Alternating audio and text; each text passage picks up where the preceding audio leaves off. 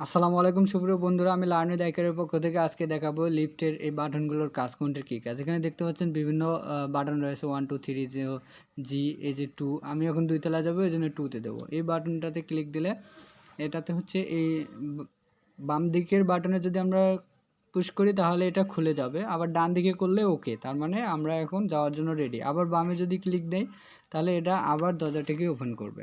তো বন্ধুরা, যাওয়ার জন্য আমাদেরকে আমি এবার ডান দিকে বাটনে ক্লিক দেব, তাহলে দরজাটি লক হয়ে যাবে এবং আমার 2 তলা যাওয়ার জন্য যাবতীয় প্রসেস সম্পূর্ণ হবে। তো এই দেখতে পাচ্ছেন বন্ধুরা, এখন এই যে উপরে অ্যারো চিহ্নটি সুইপ করে উপরের দিকে যাচ্ছে। তো এই চিহ্নটি উপরের দিকে যাচ্ছে মানে আমার লিফটটি এখন উপরে উঠতেছে। এই যে জেনারেল গ্রাউন্ড ফ্লোর থেকে আমরা 1 ফ্লোরে আসছি, এরপর আমরা যাব 2 ফ্লোরে।